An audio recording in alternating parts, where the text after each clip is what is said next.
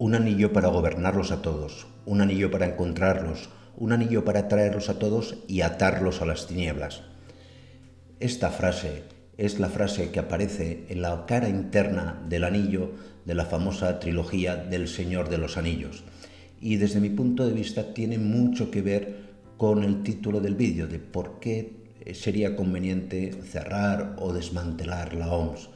Porque durante este mes de junio, como les voy a explicar en el vídeo, se ha intentado aprobar, no se ha aprobado, simplemente se ha aplazado la decisión de su aprobación, dos normas, como es el protocolo, el Tratado de Pandemias y el Reglamento de Sanidad Internacional.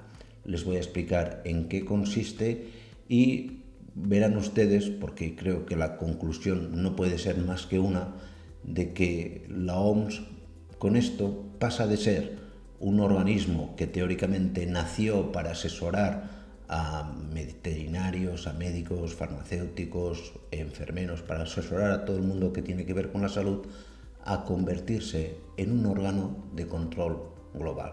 ¿De acuerdo? Pues no me enrollo más y aquí se lo cuento.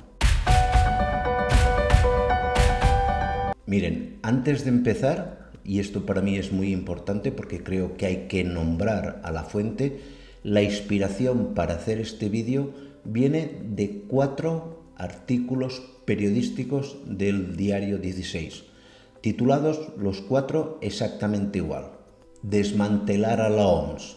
Busquen en Google, desmantelar a la OMS 1, desmantelar a la OMS 2, 3 y 4. Un trabajo periodístico de una calidad brutal, donde se recoge desde cómo se gestó, cómo se creó artificialmente nuestro querido virus, ya saben a quién me refiero, y cómo, que es la parte que yo más me voy a centrar en este vídeo, se está queriendo transformar la OMS en una especie de gobierno, ya no en la sombra, sino completamente destapado, que controle las decisiones de todos los países del mundo, al menos de los 194 que estén asociados a la OMS, que creo que es el total de países del mundo. Miren, de entrada a mí me llama mucho la atención, muchísimo, pero muchísimo, que se apruebe o se quiera aprobar a la vez un tratado de pandemias, un tratado internacional de pandemias, y al mismo tiempo un reglamento sanitario internacional con 300 enmiendas a ese tratado. No tiene mucho sentido, si lo piensan bien, decir, oye, primero emite el tratado, que los países lo convaliden o lo validen en sus distintos parlamentos, eso sería lo más democrático, y ya luego con las enmiendas que cada país aporte, pues se genera una segunda versión de dicho tratado. Aquí no.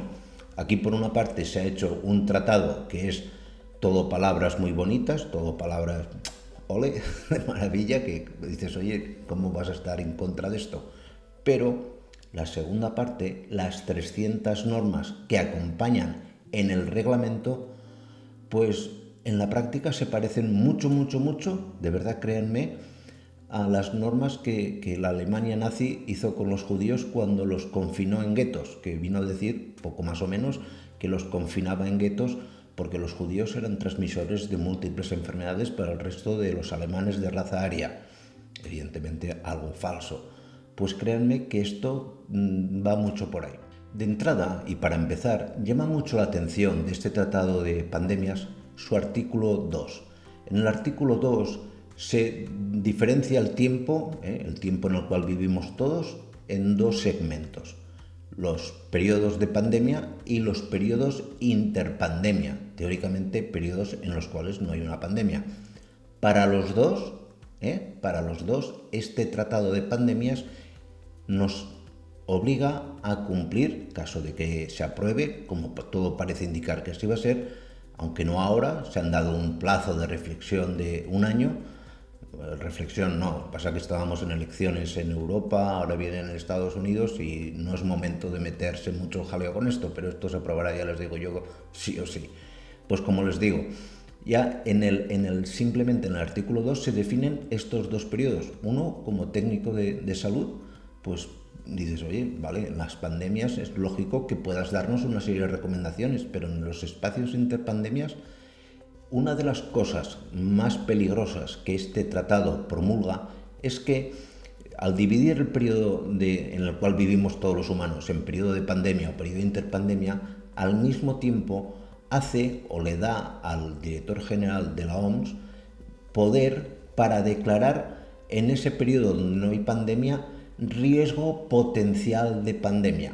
De manera que las normas que dicte en ese reglamento o que se amplíen o que decida el propio director general de la OMS sean de obligado cumplimiento sí o sí en todos los países que firmen el tratado.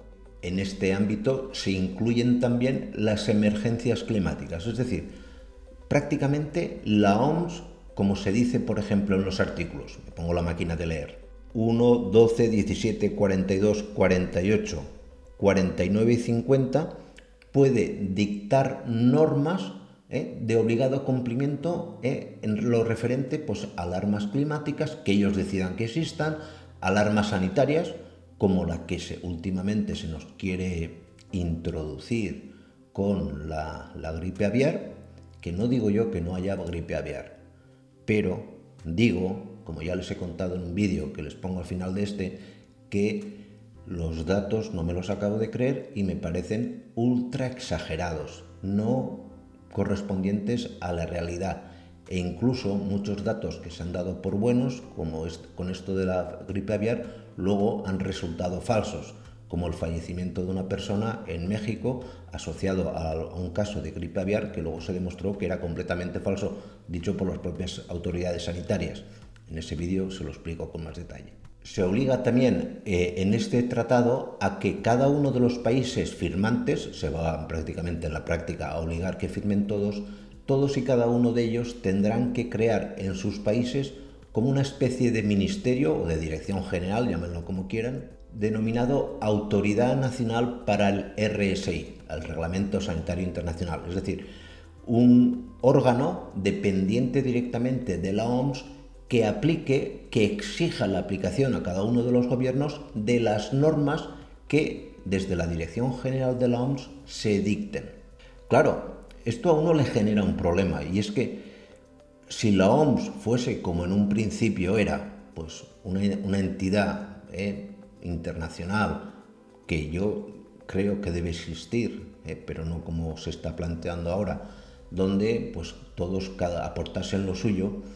Pero es que hay una cosa muy curiosa con esto de la OMS.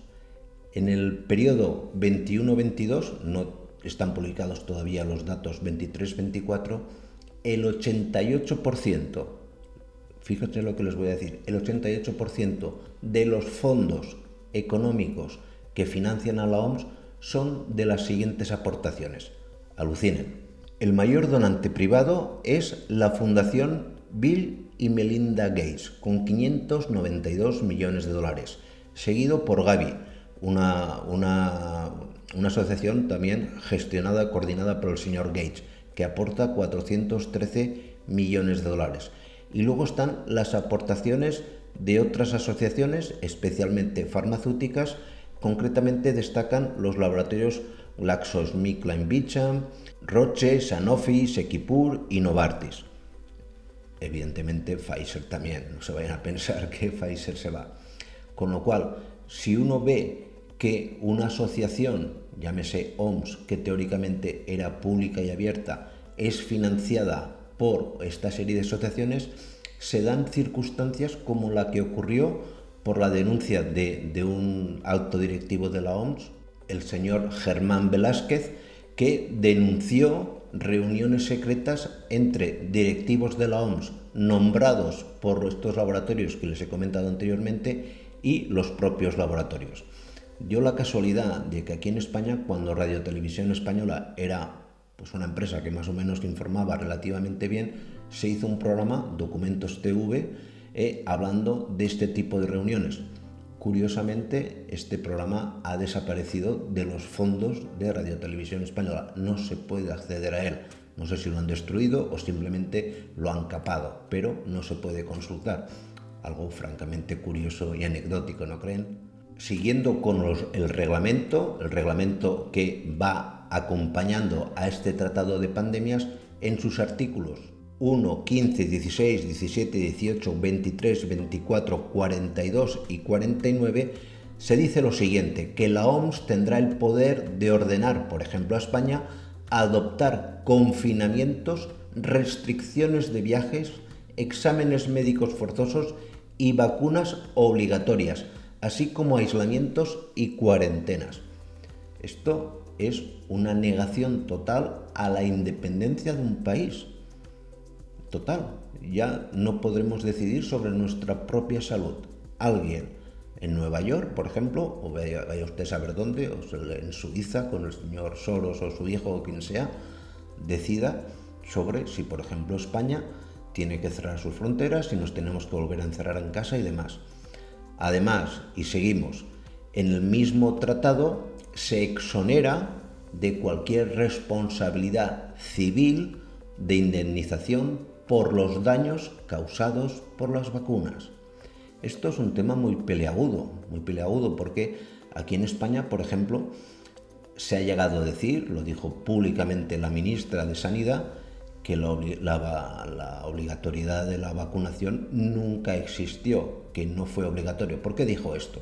Porque vean que se dice que se exonera a los laboratorios y que se hace responsable en todo caso a los países. Y aquí en España, como no quieren pagarle a nadie, pues te dicen, no, es que la decisión de vacunarse fue individual, libre y nada forzada. Aquí la gente se vacunó, vamos, básica y llanamente como con los cerdos cuando van al matadero. Yo los oigo cuando van al matadero y van todos cantando, con las panderetas y demás, una sensación que dices, lo pasan bien. Pues básicamente la ministra nos quiso traducir esta misma información. Y claro, esto no solamente piensen que ocurre aquí en España. Hay abierta una investigación, lo único que pasa que ahora mismo está sub iudice, donde se relaciona a la señora van der Leyen, la actual o la que se promulga como actual nueva gran jefa de Europa, con los laboratorios Pfizer, con el director general de Pfizer, prometiéndole comprar hasta 10 dosis por cada uno de los europeos a 20 euros la dosis. Esto es un gasto por europeo de 200 euros. Esto es un auténtico disparate. Y sin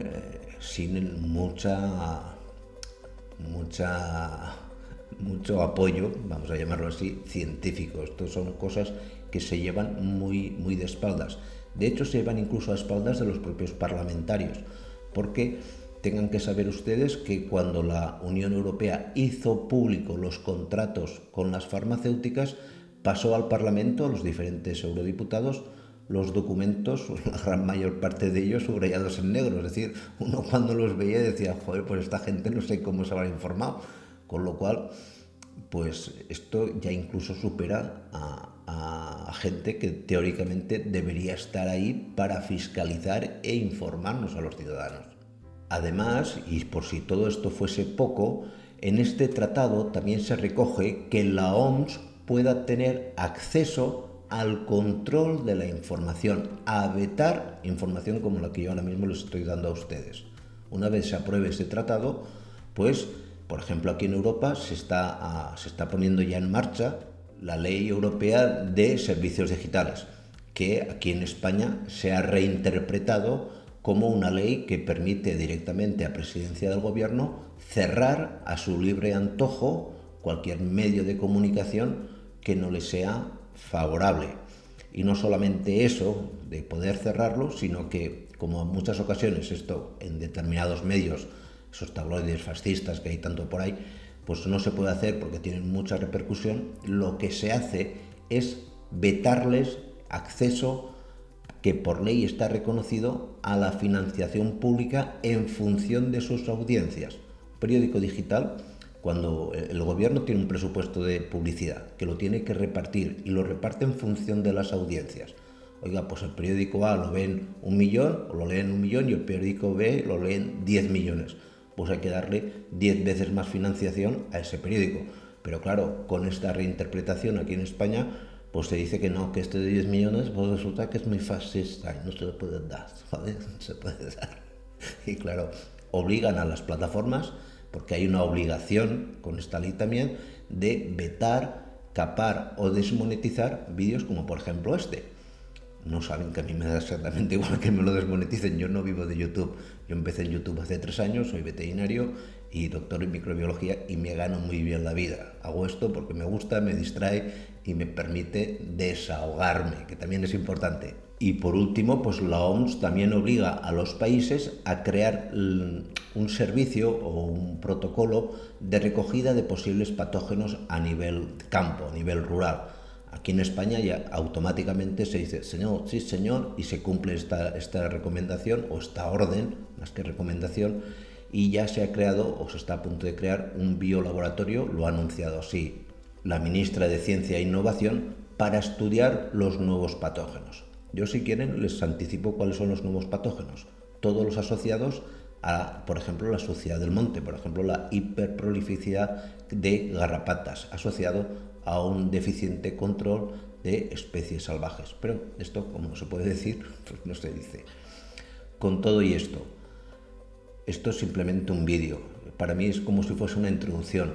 Me gustaría que si este tema les interesa, por favor, léanse, y se lo recomiendo de verdad, aunque es una lectura larga y que requiere un grado elevado de concentración, todos estos artículos que les he comentado, las 4 partes de este mamotreto que ha publicado Diario 16, con toda la información.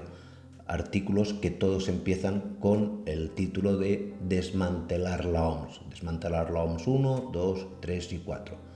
Una información que les digo que es canela en rama y que coincide al 100% con lo que yo he podido ver por mis conocimientos de toda la serie de mentiras que nos están diciendo por ahí. ¿De acuerdo? Pues nada más, muchísimas gracias y nos vemos en la siguiente. Cuídense mucho. Chao.